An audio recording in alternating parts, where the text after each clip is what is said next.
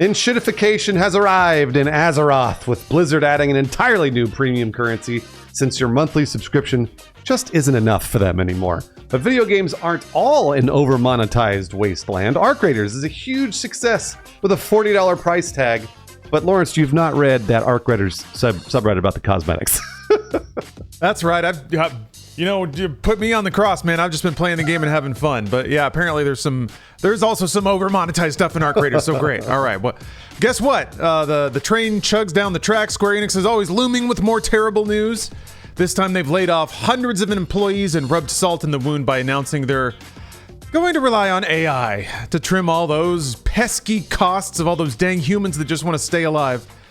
Get them out of here. Robots will make games in the future. The sooner we kick this off, the sooner Brian can gush about Dragon Quest, because he somehow talks about it literally every episode. So let's get into the news with the Dragon Warrior himself, Brian Gar. I love it. That's the best intro ever. Thank you, Bruce. But first, before we get into the greatest RPG of all time, let's talk about World of Warcraft. And after 21 years without one, it's getting its first premium currency, and woo! Fans are not thrilled, to say the least. Blizzard confirmed that something called Hearthsteel is coming alongside the next expansion, Midnight, which also introduces long-awaited player housing, which is great. People have been asking for that forever. I want to see the dry erase board where they were brainstorming names for this currency and tried to pick the most liked, but most durable and permanent and valuable sounding thing. Hearthsteel. I hate it. All right, here's the info. According to Blizzard, Hearthsteel can be bought with your balance funds on battle.net or indirectly with gold via WoW tokens. The company says it will keep the shop's catalog small, quotes, and promises not to sell core race or class themed housing items or anything that already exists in Azeroth. What? Okay, as for why the game suddenly needs a premium currency after 20 years, Blizzard says it's about financial protections. What the fuck does that mean? And convenience. Players might want to buy multiple small items like chairs, candles, or place settings all at once. Yeah, and the good folks of the internet were not convinced of this rationale. While Blizzard said the new currency would, it's needed because it'll let people buy multiple items. Reddit user Pariah very dryly noted, so does a shopping cart. This is all bullshit. This is a bullshit thing. If I've ever heard of a bullshit thing, this is a straight bullshit thing. I don't know that there's any bigger bullshit that I've seen on the internet than this. Wow, this sucks. Yeah, this was also one of the big selling points of WoW. That there wasn't a lot of just there's some of that in everything nowadays, but there's no need for this, and they're gonna kill their golden goose if they're not careful. There was a rumor that WoW's that still has 9 million players, so it's by far the biggest, but it's not the same Blizzard that we all remember from back in the day, for sure. It scares me. For a while, I go off on tears about how games as service will always descend to this, because there's always going to be a chain of businessmen trying to figure out how to make more money from the same product. That's their careers, is what they do. MMOs seemed largely protected from this because of the monthly subscription. Everything has an additional store. But what worries me is the decline. Usually the business model was largely stable, and the goal was making the game so amazing that it attracted new subscribers, and then that was the game. But now it's that in addition to, it's a ladder of monetization for the people who are already in. That sucks. It sucks. I hate it. Allow me to speculate. They are now Microsoft, and Microsoft is asking for a larger profit margin from everything in the gaming division. This would be one of them. They got to pay that $69 billion back, or whatever they paid for Activision. Yeah. I'm playing WoW hardcore right now, but one of the best parts is it's so clean. There's not a lot of junk. There's not a lot of MTX on it. It's nice. So that's one of the selling points of WoW. You pay your subscription and you don't have all that crap. Whereas a free to play, you expect it, but They're going to ruin it. They're 100% going to ruin this. All right, let's move on and talk about Arc Raiders. It's off to a very quick start. The new PvE extraction shooter from Embark Studios has sold 2.5 million copies already and brought in more than $100 million in its first week. That's according to Alina Analytics. Most of those sales, about 1.7 million or 69%, nice, came from Steam, where Arc Raiders is currently the top-selling game and among the top 5 most played, with over 300,000 concurrent players on November 6th. PlayStation accounted for around 400,000 units sold, while Xbox saw 300,000. It's interesting that it's very PC dominant. I guess it's kind of an intimidating game type. Maybe the more hardcore players, the ones that like getting kicked in the genitals over and over again, they all reside on PC. But yeah. To dig into this a little bit, analyst Reese Elliott of Alinea Analytics noted that extraction shooters typically attract a dedicated but niche audience. Elliott said, quote, extraction shooters have always attracted a core group of players who thrive on tension, consequence, and emergent storytelling. But the steep learning curve has limited wider appeal. Yeah, it was originally planned as a free-to-play title, but Arc Raiders switched to a $40 price tag. Elliott suggested that decision could make the game, quote, stickier psychologically, since payers who pay are more likely to keep playing. That's so true. Like in the stand-up world, if people pay a cover to get in, they're more likely to stay. Even if you suck, they're more likely to hang around because they got skin in the game now. Yeah, if they can get them in for those first 2 hours or whatever, I guess after the refund window, then that's that. And like I was saying earlier, I alluded to this. Arc Raiders players are starting to notice the cosmetics in the game are very expensive. Like a rooster helmet's like $10, and that's just for a rooster helmet in a menu. So it's kind of an interesting thing. Like clearly the monetization was meant to be with the free-to-play model, and they maybe didn't change too much. Except for that now they're charging $40 for the game. So let me know if this take resonates at all. Because I think the sticker price changes the way the game plays. This is something that I was saying a lot to Bruce about how weirdly in Arc Raiders, if you communicate, if you emote, you can actually cooperate with players more often than they just end up attacking you. I would theorize, and it's sort of been my experience, that in a free-to-play game, you get more psychopaths, I guess. If Arc Raiders were free to play, I think there would be a lot of feral children running around attacking everyone, and it would kind of ruin what Arc Raiders, I think, by its gameplay design does really well, which is encourage players to play together without really like forcing them to. So there's some really cool stuff that happens there, and the emergent gameplay is for sure there. I feel like that would be harder to curate without the sticker price at the door, which is weird. I don't know if you guys have similar experiences with free-to-play games, but usually it's just a madhouse. And some games have like guidelines to protect you from that. Arc Raiders does not. So I think this is the best format for it, given the players drive a lot of what happens. 100%. Free-to-play games are like the Mos Eisley Cantina in Star Wars. They're wretched hives of scum and villainy. Yeah, I have no problem with that. All right, let's talk about Square Enix. They want AI to find all their bugs. Best of luck to them. The publisher says they want generative AI to handle 70% of their quality assurance and debugging work by the end of 2027. Oh boy. As part of its Square Enix Reboots and Awakens business plan, the company has partnered with the University of Tokyo's Matsuo Iwasawa Laboratory to develop what it calls game QA automation technology using generative AI. We're not getting that Final Fantasy 17, are we, boys? Oh man. We'll see where this goes. All right. According to the company, automation could, quote, improve the efficiency of QA operations and establish a competitive advantage in game development. Yeah, it sounds like they're trying to attract investment with stuff like that. So unsurprisingly, the same day they announced their AI ambitions, Square Enix also revealed layoffs across nearly all areas of its Western business, including IT, marketing, publishing, sales, and of course, QA.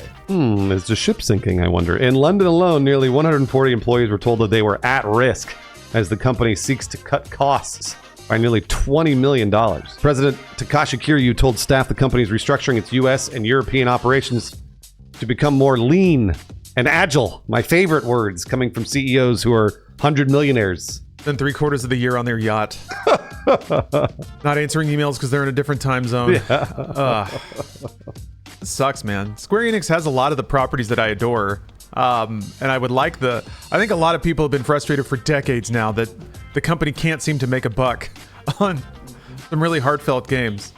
I mean, speaking of, Brian, is this a good time to ask you about Dragon Quest? It's like it's always with Square Enix. It feels like one step forward, two steps back. One step forward.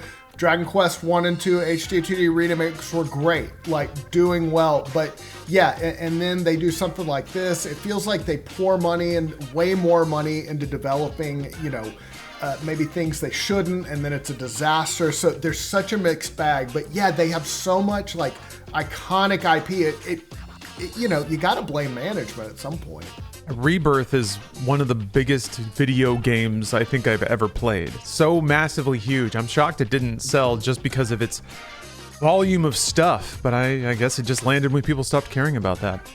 Weird out there, man. And finally, Naughty Dog is celebrating its 40th anniversary with a new retrospective video looking back on 4 decades. I didn't realize they've been around for 4 decades. But man, from Crash Bandicoot, Jak and Daxter, Uncharted, and of course, The Last of Us. Yeah, founders Andy Gavin and Jason Rubin reflect on the studio's early days, while studio manager Allison Mori teases a continued focus on story-driven, character-based games that touch upon the human experience and have sad dads. Love those sad dads. No, it's different now. Now it's Space Babes. Hell yeah. Video also offers a brief look at Naughty Dog's next project, the Space Babe game, Intergalactic, The Heretic Prophet, which studio head Neil Druckmann calls, quote, the deepest gameplay we've ever done. I love deep gameplay. Yes, no release date yet. I can't wait for that deep gameplay. Man, I'm the exact opposite. I could give 2 shits about this. I don't care at all. Her sword was an equalizer, Bruce. I saw that whatever that cinematic trailer. I don't know. Doesn't matter to me. If once I see some gameplay, maybe I'll get excited. But I don't give 2 shits about it right now. I haven't seen it. Is it like a hentai game or something? There's a girl in it? No, it's not. It's like futuristic, sci-fi, space. She's got a lightsaber type of thing. It's 80s pop culture all smashed into one thing. She's wearing an Akira jacket. Yeah, it's the whole thing. All right, let's do a 5-second review. Speaking of WoW, I've gotten back into hardcore WoW Classic 30th anniversary server. It is a blast. Or maybe I'm just under a lot of stress right now in my life, but just playing Beastmaster Hunter, just quietly killing mobs in the Barrens. Love it. Don't put MTX in it. Leave it alone. It's perfect. Just leave me to my barons. All right, let's move on to the upcoming games for this week. First up, Goodnight Universe. You are Isaac, a 6-month-old baby, developing mysterious psychic powers. What you want most is to be loved and accepted by your family, but a secretive tech corporation wants you for their own. It comes to PS5, Xbox Series X and S, Switch 2, and Switch and PC, November 11th. Luminous Arise, a mind-blowing, fiendishly addictive reinvention of the puzzle classic Luminous, where sound pulses through your body, mind, and every block you place, triggering dazzling visuals synced to the driving beat of an infectious, eclectic soundtrack. Comes to PS5 and PC November 11th. Yeah, I'm waiting for that. I got that marked down on my calendar. That's a Lawrence game for sure. I used to play Luminous a ton back in the day, so here we go again. Next up, we got Possessors. Is that parenthetical on the S part of the title? That is accurate.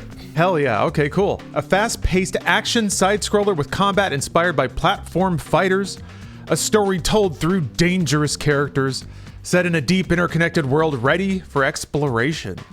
How mysterious. I'm going to look this up and it's just going to be like stick figures talking to each other or something. This game is coming to PS5 and PC on November 11th, but I got to see it now. I got to see it. Rue Valley is a narrative RPG about a man trapped in a time loop, surrounded by a colorful cast with complex emotional stories, each hiding unexpected secrets. Dealing with mental challenges, the main character must rise from the depths, delving into the anomaly to uncover its enigmatic origins. Comes to PS5, Xbox Series X and S, Switch, and PC on November 11th. Sacred 2 Remaster. Guys, step into the world of Ankaria as one of 7 heroes. Explore a massive open world. Master combat arts and spells for epic loot. This remaster brings a fan favorite back to life with high-res textures, better combat, and bug fixes for longtime fans and newcomers alike. It comes to the PS5, Xbox Series X and S, and the PC November 11th. If Oblivion wasn't jank enough for you. Yeah, I remember Sacred 2. All right, we got Anno 117 Pax Romana. Shape the Roman Empire in the genre-defining strategic builder game. Build cities while expanding your influence through Roman provinces. Govern using economic prowess, diplomatic skills, or military might. Anno 117 comes to PS5, Xbox Series, and PC on November 13th. Up next, the game everybody's been waiting for, Call of Duty Black Ops 7.